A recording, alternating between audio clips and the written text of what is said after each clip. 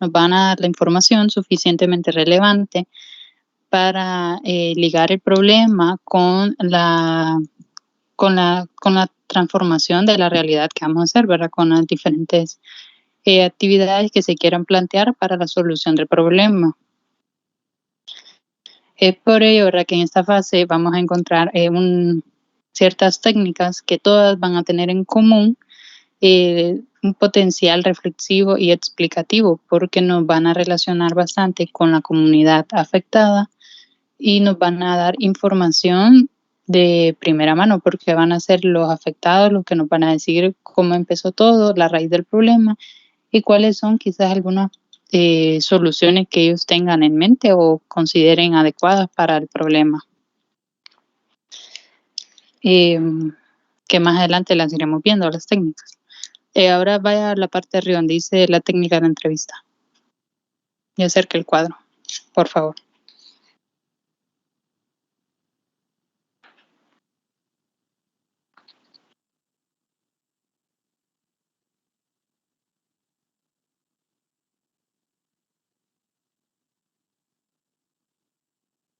Está bien.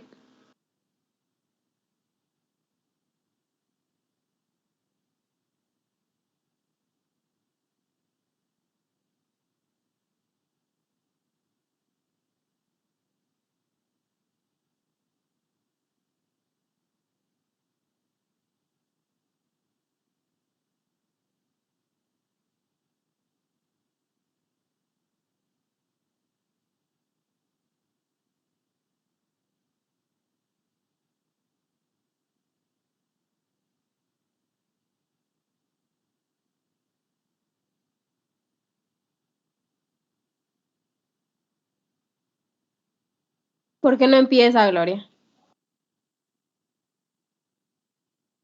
Sí, ya. No sé, que se me había quedado trabado, disculpe. Bueno, tenemos la técnica de la entrevista, que como les había comentado anteriormente, todas estas técnicas tienen en común la participación de las personas para considerarlas, cuál es su opinión y cuál es su posicionamiento ante un tema determinado, lo que nos viene a aportar un conocimiento más explicativo desde quizás donde nosotros solo estamos viendo la parte superficial o la parte externa. Vamos a conocer más a fondo cuáles son sus sentimientos, sus opiniones, sus visiones o qué esperan ellos de que nosotros hagamos, cuáles son sus motivaciones, en fin. La premisa ¿verdad?, es que el sujeto al hablar reproduce cuáles como sus metas y cuáles son las afectaciones que ha tenido a raíz del problema. Para la realización de la entrevista se le recomienda lo siguiente, en el cuadro del medio, para que se vea mejor. Solo mueva un poco la barra de abajo.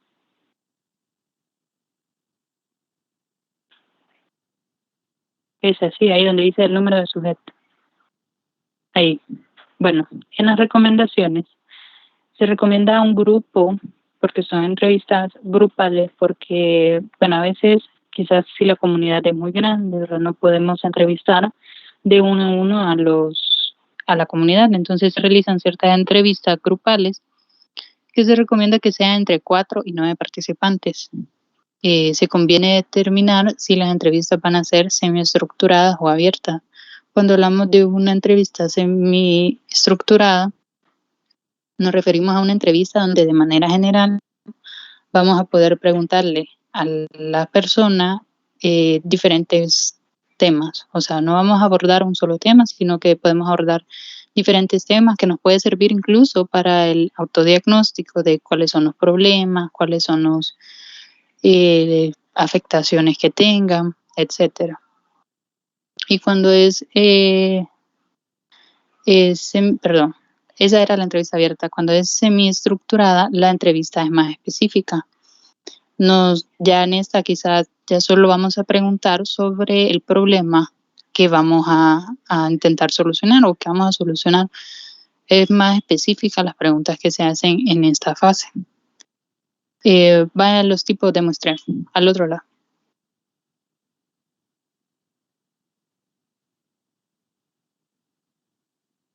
Bueno, como les digo, las entrevistas normalmente, si la comunidad es muy grande, las realizan por grupos, o al menos que se tengan los suficientes recursos, la realizan de manera individual, lo cual esto lleva más tiempo y podría ser un atraso. Pero cuando son por grupos se realizan muestras. Una muestra es eh, identificar a los actores principales de una comunidad y utilizarlos como representantes de las demás personas. En los tipos de muestreo tenemos dos. El muestreo por cuotas, que presupone la variabilidad discursiva con respecto al tema tratado. En este es recomendable utilizar ya un tipo de variable para el tema o el problema que estemos tratando, porque de esta manera vamos a poder entrevistar a las personas, ya sea por sus características sociodemográficas o socioeconómicas. Y el muestreo estructural, esta ya va más dirigida en virtud a las posiciones de los sujetos dentro de una estructura o sistema determinado, vinculado específicamente con el tema tratado. Por ejemplo, podríamos decir que sea algún problema de relaciones de poder. Tendríamos que generar entrevistas con representantes públicos, miembros colectivos sociales o representantes que sean los que interfieran en el problema. Y habitualmente la manera más sencilla de utilizar es entrevistar a las personas, que suele ser a través del GIAP, puesto que sus integrantes desarrollan relaciones cotidianas con multitud a los demás actores, ¿verdad? Quizás nosotros solo consideremos a ciertos actores cuando puedan haber más en la comunidad incluso. Ahora vayan a la parte de abajo, Ana, porfa.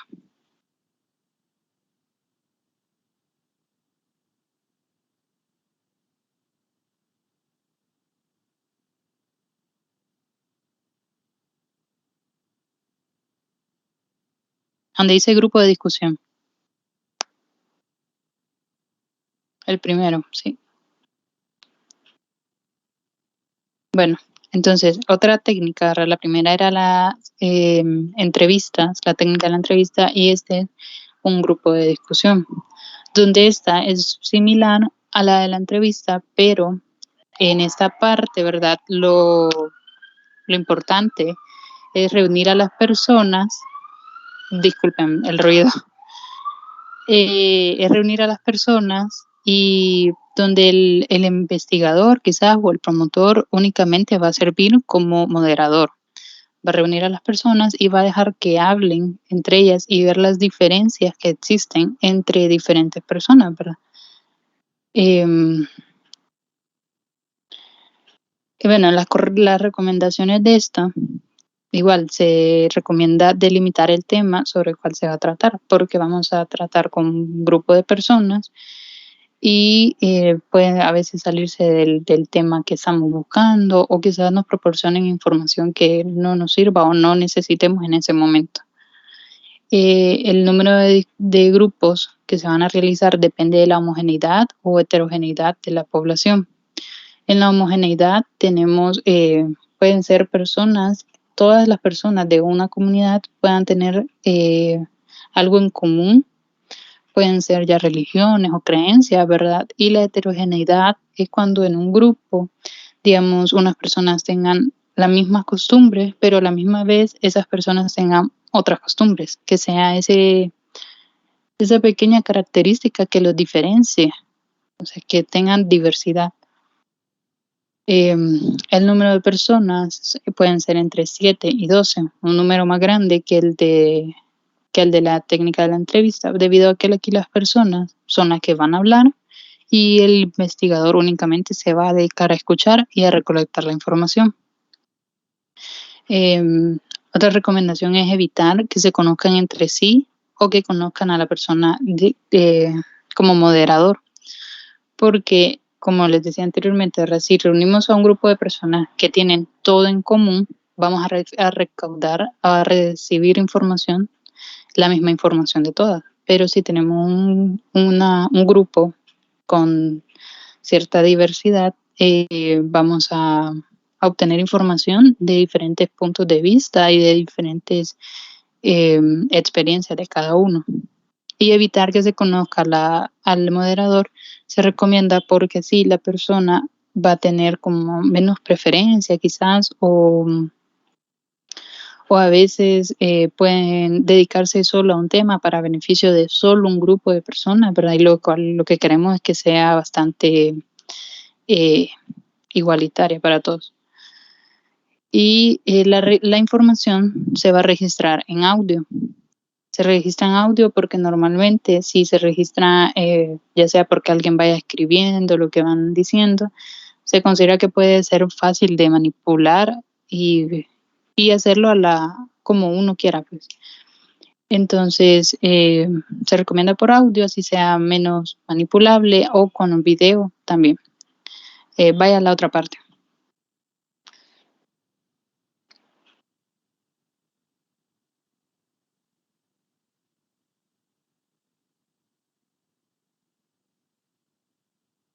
Ahí. Bueno, luego de que tenemos la información, es necesario analizarla para saber cuáles fueron los puntos importantes que se hablaron y cuáles son los que necesitamos en ese momento. Entonces, para el análisis del discurso, ¿verdad? Cabe citar un modelo analítico elaborado por Manuel Montañez, que constituye un modelo referido a los objetivos de la investigación. O sea, en este busca específicamente el análisis y la extracción de las lecturas necesarias. Entonces, en ese indica 4 lecturas, que tenemos la lectura intuitiva, que esta facilita un acercamiento a la espontaneidad, en la cual esta recomienda ya sea 1 o 2 veces o 3 veces incluso la lectura de toda la información y de esta vez ir subrayando frases que nos parezcan interesantes o que mencionen quizás el tema principal. Luego tenemos la lectura temática, que en esa ya, luego de hacer las 2 o 3 lecturas, vamos a ir seleccionando los discursos, ¿verdad? Donde se mencionen temas importantes, ya sea el que estemos buscando u otros, pero es importante utilizar palabras claves que utilicen ellos, ¿verdad? Que en lo cual nos van a ayudar como de guía para saber a qué rumbo tomó el grupo, la discusión. Luego tenemos la lectura contextual, que en esta lectura persigue contextualizar el discurso. Luego de que tenemos ya los párrafos señalados, los cuales nos van a dar la información, es necesario ponerlo en el contexto de quiénes lo dijeron y desde qué posición lo están diciendo, porque hay que recordar que no todas las personas tienen las mismas, no todos viven de manera igual, entonces hay que ver quién lo dice, cómo lo dice y por qué lo dice, ¿verdad? Es como identificar de qué posición la persona está diciéndolo o qué aspectos rodean a esa persona.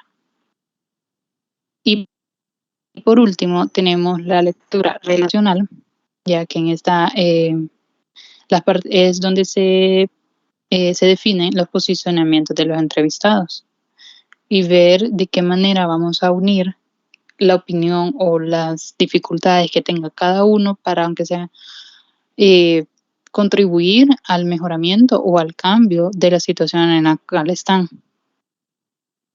Y eso sería todo por parte de estas 2 técnicas. No, lo dejo con mi siguiente compañera.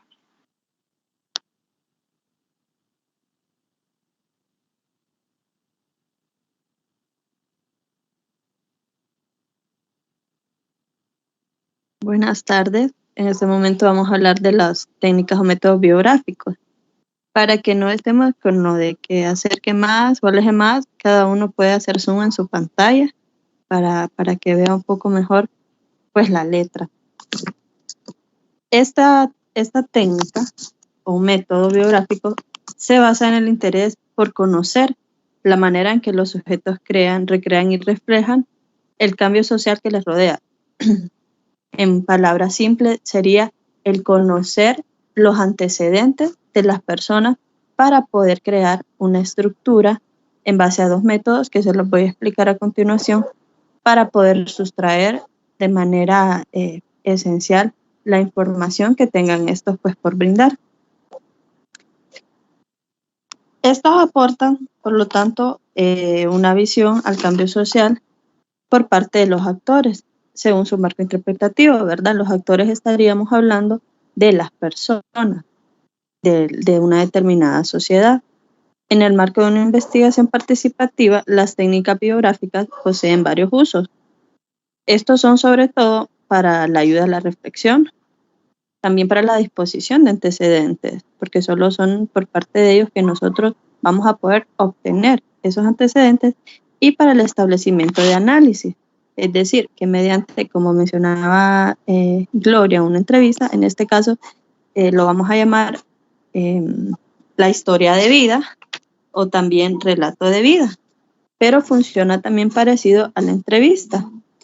Las técnicas biográficas consisten en un conjunto de procedimientos destinados a producir información para poder describir o explicar el proceso vital de una persona o de un grupo social.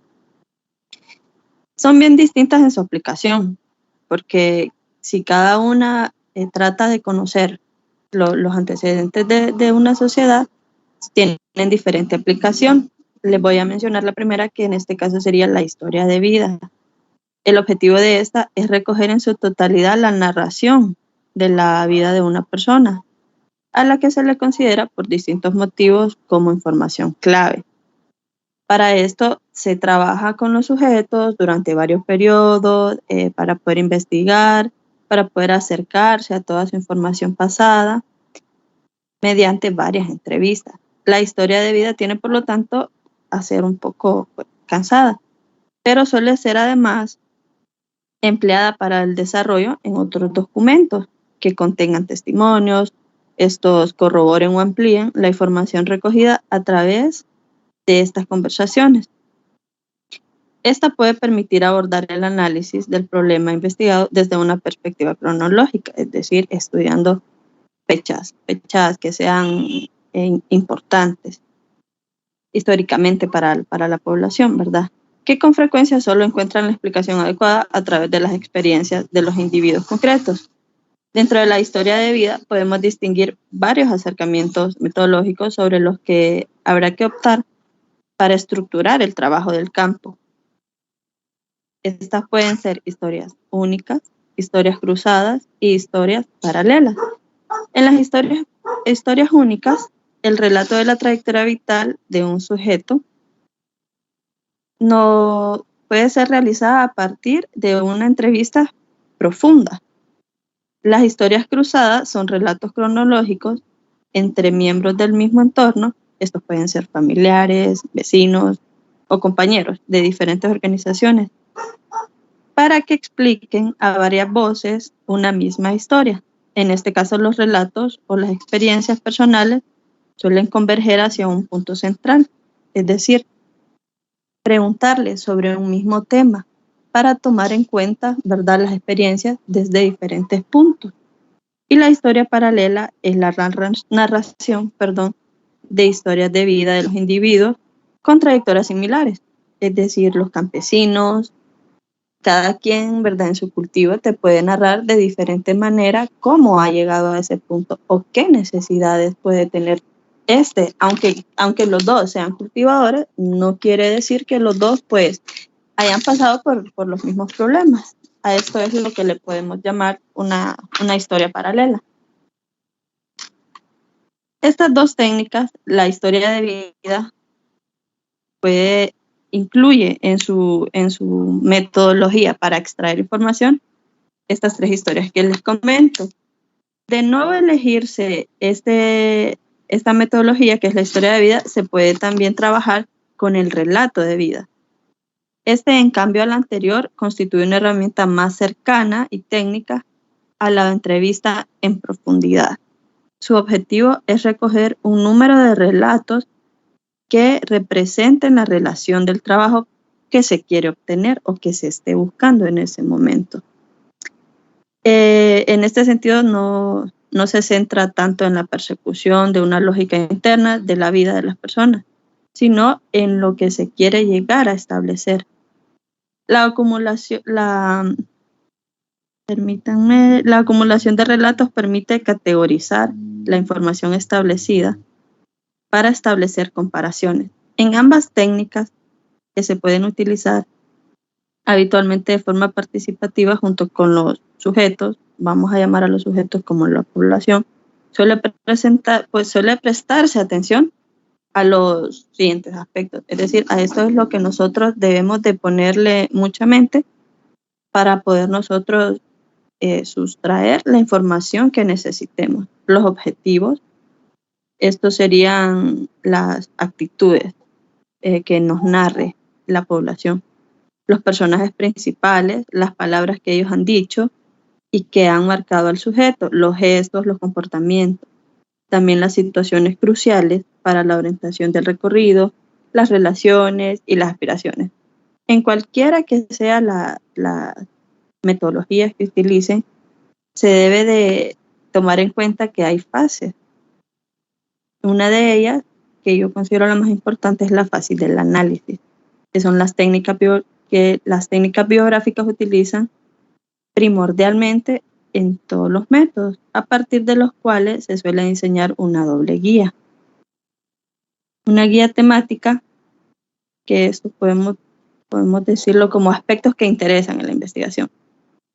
Y los elementos que normalmente en la guía temática de una historia de vida se utilizan son la edad, el tiempo, el espacio, la familia, puede ser el género, los logros, las clases y las subculturas, como mencionaba Gloria. Entonces, hasta este punto ya hablamos que dentro del esquema está como primer punto la formulación de las cuestiones a desarrollar.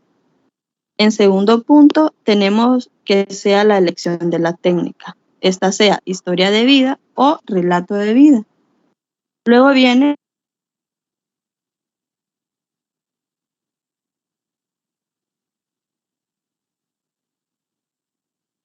tiempo.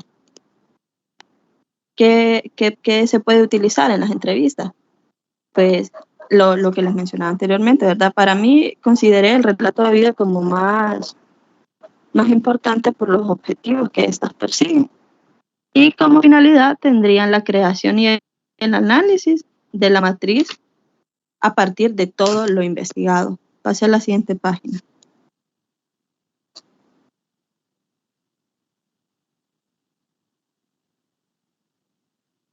Esta técnica, técnica o método, como la quieran llamar, se llama la técnica Photo Voice, la cual a mí me llamó mucho la atención, porque considero que no es lo mismo que te llenen mucho de teoría a que te expliquen mediante imágenes o videos, que pues, para empezar, son menos aburridos y también la gente le presta pues más atención.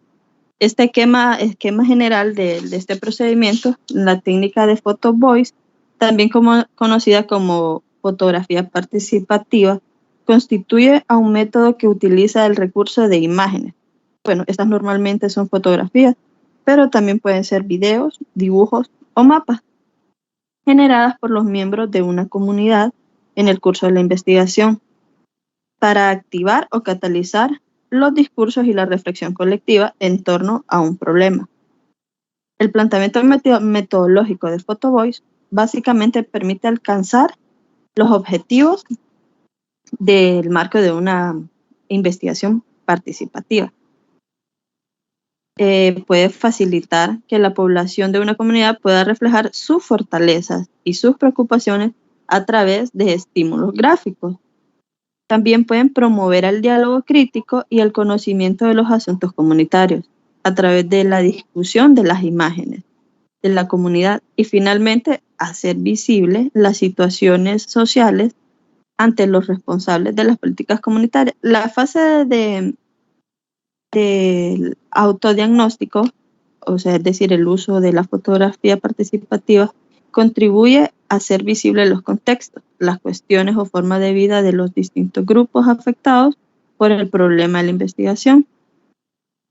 ¿Cómo de dónde surgen estas fotografías? Bueno, con asistencia de facilitadores de las comunidades, se utilizan las cámaras para definir, comunicar y explicar de manera explícita acerca de claves, la situación, con el fin de influir sobre las posibles líneas.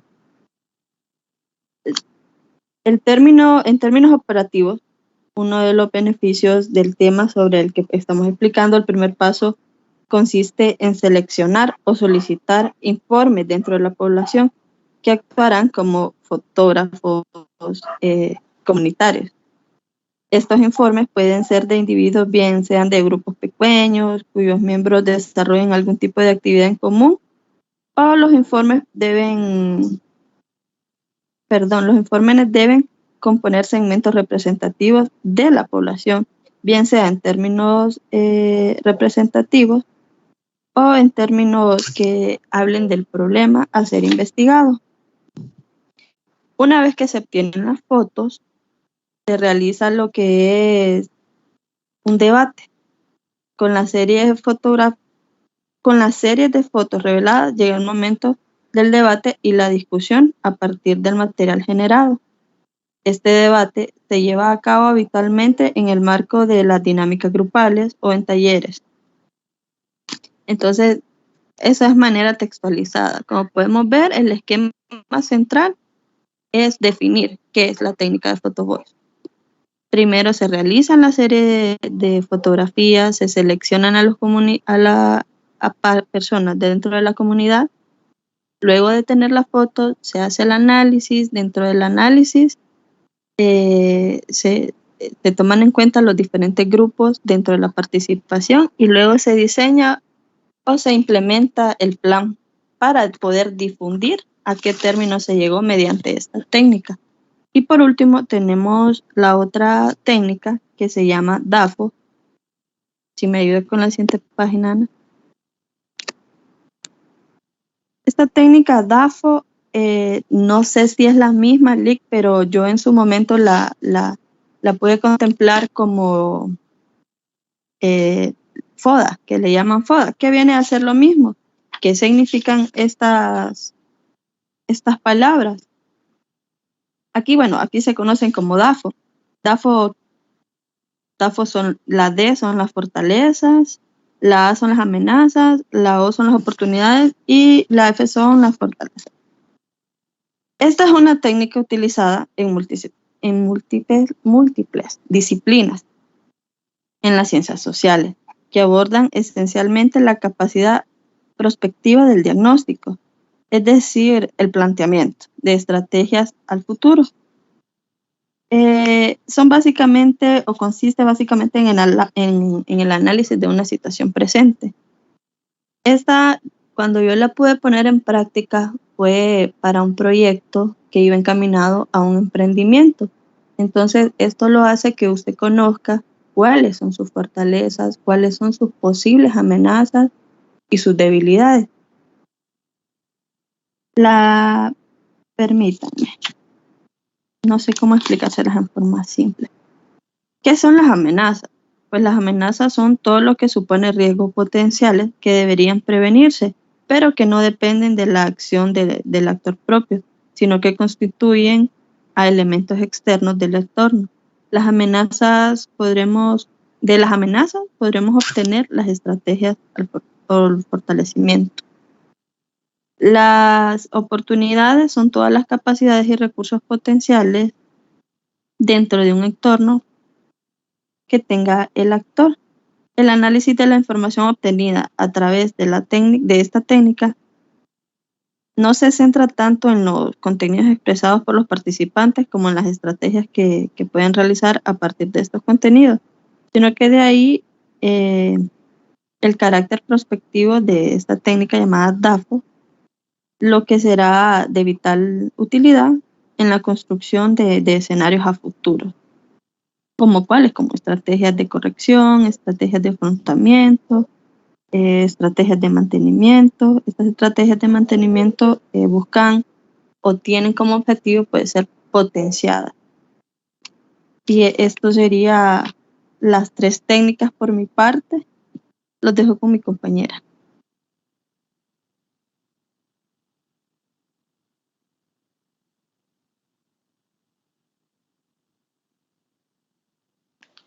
Buenas tardes. Disculpen que ando media fónica. Yo voy a ampliar un poco el concepto de lo que decía la compañera Alba del análisis FODA. Permítanme.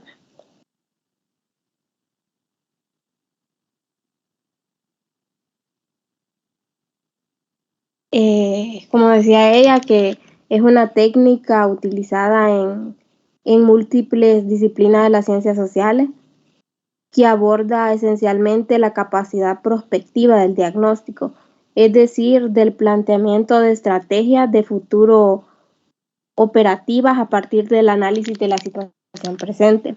El método DAFO, que consiste básicamente en organizar la información generada a través de una dinámica grupal en una tabla de doble entrada, que sitúe esta información en función de las limitaciones, o sea, de las debilidades y las amenazas, y las potencialidades, que son las fortalezas y oportunidades, y proporciona esto al actor social una situación determinada. En este sentido, el análisis DAFO permite establecer 2 tipos de diagnóstico, que son la síntesis del análisis de necesidades a partir de una situación determinada, denominado el análisis estratégico porque permite establecer las prioridades a partir de la comprensión de la situación y de su evolución previsible. El otro es el análisis de caso, que resume la situación de un caso concreto, ya sea la situación de un grupo, una institución concreta, etc. De esta forma, a través de la aplicación de la técnica, obtenemos información de los aspectos positivos y negativos de un contexto concreto, tanto para el momento presente como para el futuro. Y ahí entran las debilidades, que son las necesidades actuales que implican aspectos negativos que deberían modificarse. Y las amenazas, que son las que suponen riesgos que deberían prevenirse, pero que no dependen de las acciones del propio actor, sino que constituyen elementos externos del entorno. De estas amenazas podemos obtener estrategias de afrontamiento, que son la fortaleza, y la fortaleza son todos los aspectos positivos que deben mantenerse o reforzarse.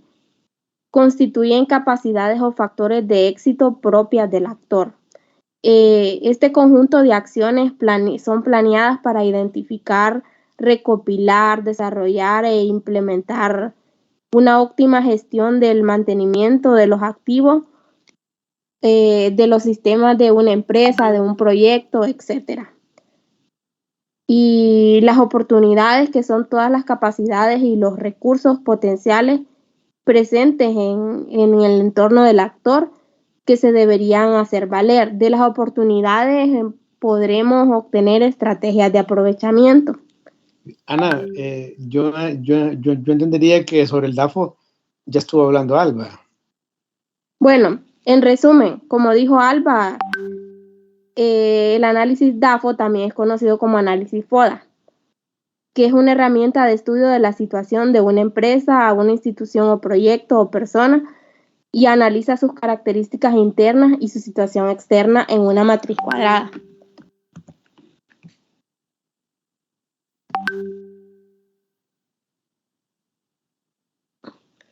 Yo le voy a hablar del esquema general de acciones en el planteamiento esquema general de acciones en el planteamiento de jurados ciudadanos, pero primero quiero que entiendan, explicarles sobre la encuesta participativa, que constituye un recurso de construcción, información, análisis propio, de la perspectiva distributiva de la investigación social, pero en el ámbito de la investigación participativa posee también una instrumentalidad útil para el autodiagnóstico, de lo cual las compañeras ya les habían hablado, y que son diferencias sensibles respecto a la encuesta clásica, tanto en el diseño del cuestionario, que ya lo vamos a ver, como en el desarrollo del trabajo de campo y en el análisis de la información emergida de ella. La encuesta participativa permite alcanzar un doble objetivo. En primer lugar, porque al igual que con cualquier encuesta, se puede obtener información significativa de los sujetos en lo que concierne a la materia que se haya planteado. Y en segundo lugar, porque permite cierto grado de autoconocimiento y reflexión colectiva inicial por cuanto en la población lo que debe deliberar en torno a los contenidos que deben tratarse en el cuestionario, y en el cual debe ser la interpretación de los resultados, desarrollando así cierta capacidad de análisis y priorización de los temas que les afectan. En una encuesta participativa es la propia población la que determina cuáles deben ser los contenidos y las preguntas a realizar en el cuestionario.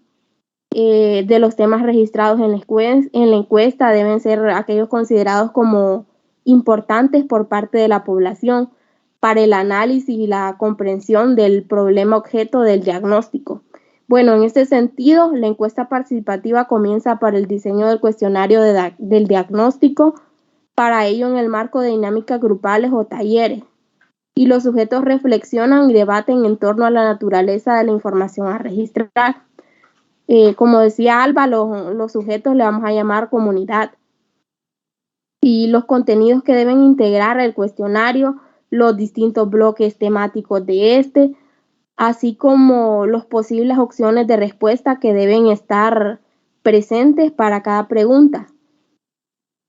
Una vez redactado el cuestionario, se inicia el trabajo de campo con una lógica habitualmente conocida como bola de nieve. Para los que no saben qué significa la estrategia de bola de nieve, es una técnica utilizada en la investigación cualitativa y sobre todo para la realización de entrevistas individuales. Y una vez identificadas las primeras personas que serán entrevistadas mediante esta, se consiguen otros contactos, y así hasta contemplar la muestra o representatividad y la cantidad de informantes necesarios. La encuesta deliberativa, sirve esencialmente para explorar la reflexión producida sobre una muestra de sujetos y expone un conjunto de información relativa a un tema de interés comunitario, animándolos a sopesar distintos argumentos en debates con interlocutores heterogéneos, pero posteriormente con la posible modificación de posiciones. Lo que distingue a una encuesta deliberativa del resto de las encuestas tradicionales es la modificación del foro deliberativo entre dos momentos de recogida, entre el momento de la recogida de datos y la comparación entre los resultados obtenidos en la encuesta previa y la encuesta posterior al proceso deliberativo, que permite el impacto que la mayor información y la posibilidad de reflexionar tienen sobre la conformación de las opiniones y las actitudes de los sujetos ante el tema tratado. El desarrollo de este método se articula en torno a varios momentos fundamentales. El primero es la aplicación de un cuestionario sobre una muestra representativa de la comunidad. En dicho cuestionario se indaga sobre las percepciones, los posicionamientos, las motivaciones, las conductas de la población en relación al tema tratado por la investigación.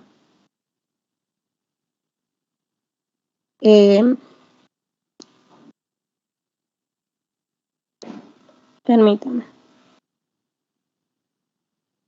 Ahora sí, esquema general de acciones en el planteamiento de jurado ciudadano.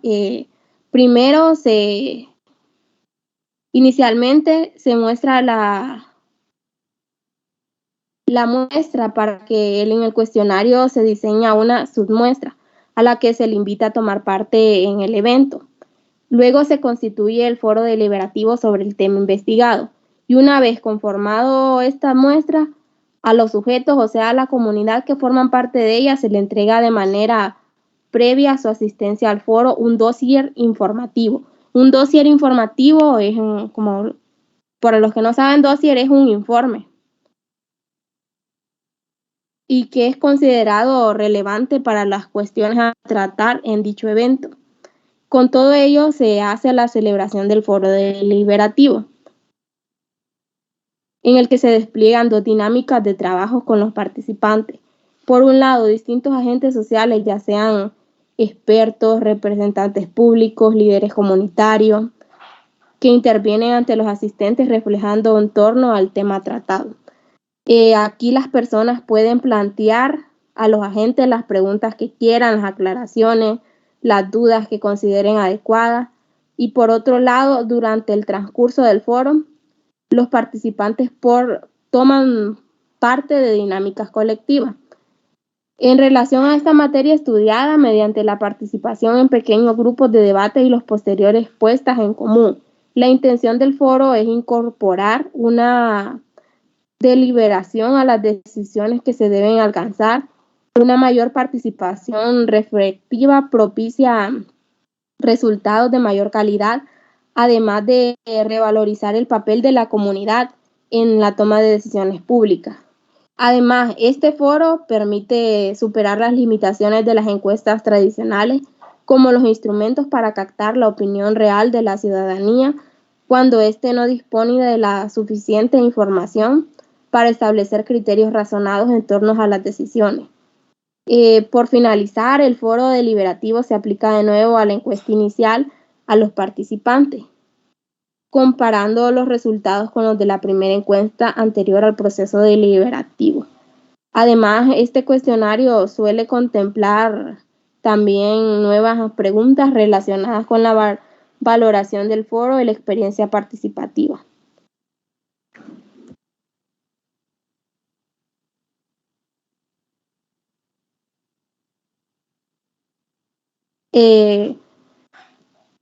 Talleres participativos para definir los contenidos del cuestionario.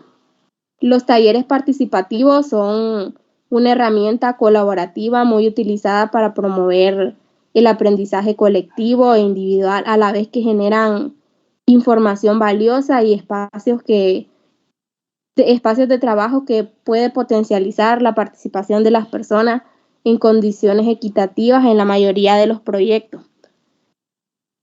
La capacitación de los miembros de la comunidad como entrevistadores. La capacitación al desarrollo del personal es toda la actividad realizada en la organización que responde a sus necesidades, que busca mejorar la actitud, los conocimientos, las habilidades o las conductas del personal.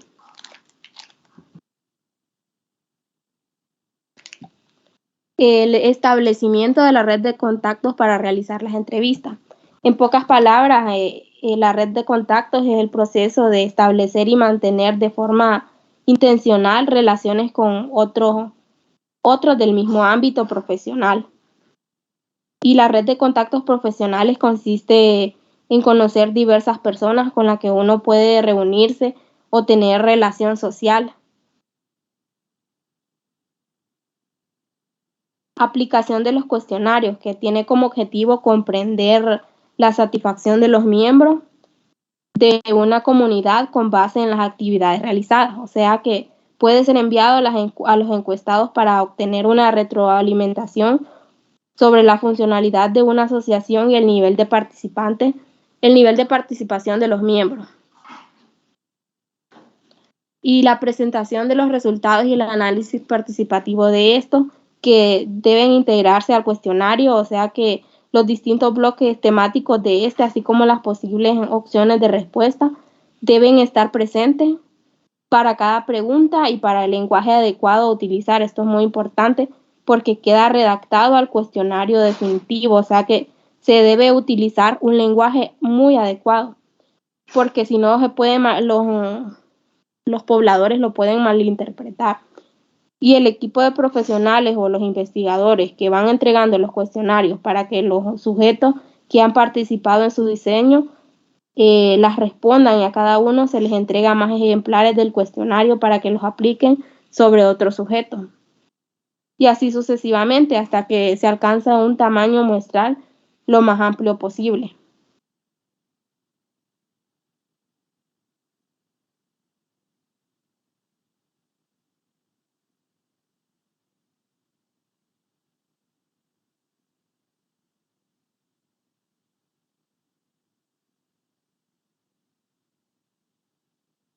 Es todo, Lee. Muy bien, muy bien. Solo estaba evaluando que algunas de las técnicas que han mencionado ustedes son más conocidas que otras, por lo menos esta última, de la cual estuvo haciendo alusión del planteamiento del jurado ciudadano, por lo menos yo nunca la he visto funcionando. Sin embargo, las demás, el FODA, la entrevista, la encuesta y todas esas que han estado mencionando son más conocidas.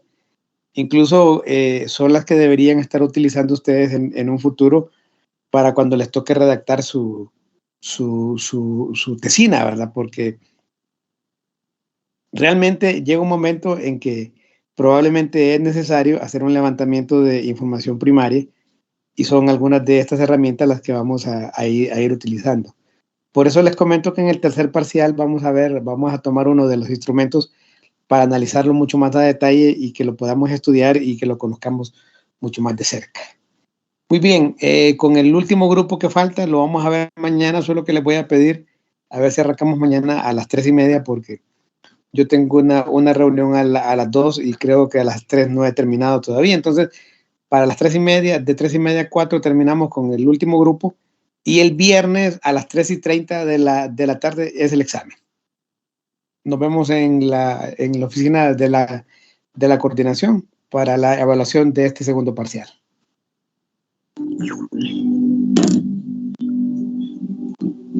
Buenas tardes.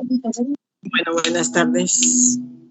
Entonces, para que compartan los materiales, bueno, ya deberían irlos compartiendo para que lo vayan estudiando y para el día viernes, entonces, a las 3:30, nos vemos en la sala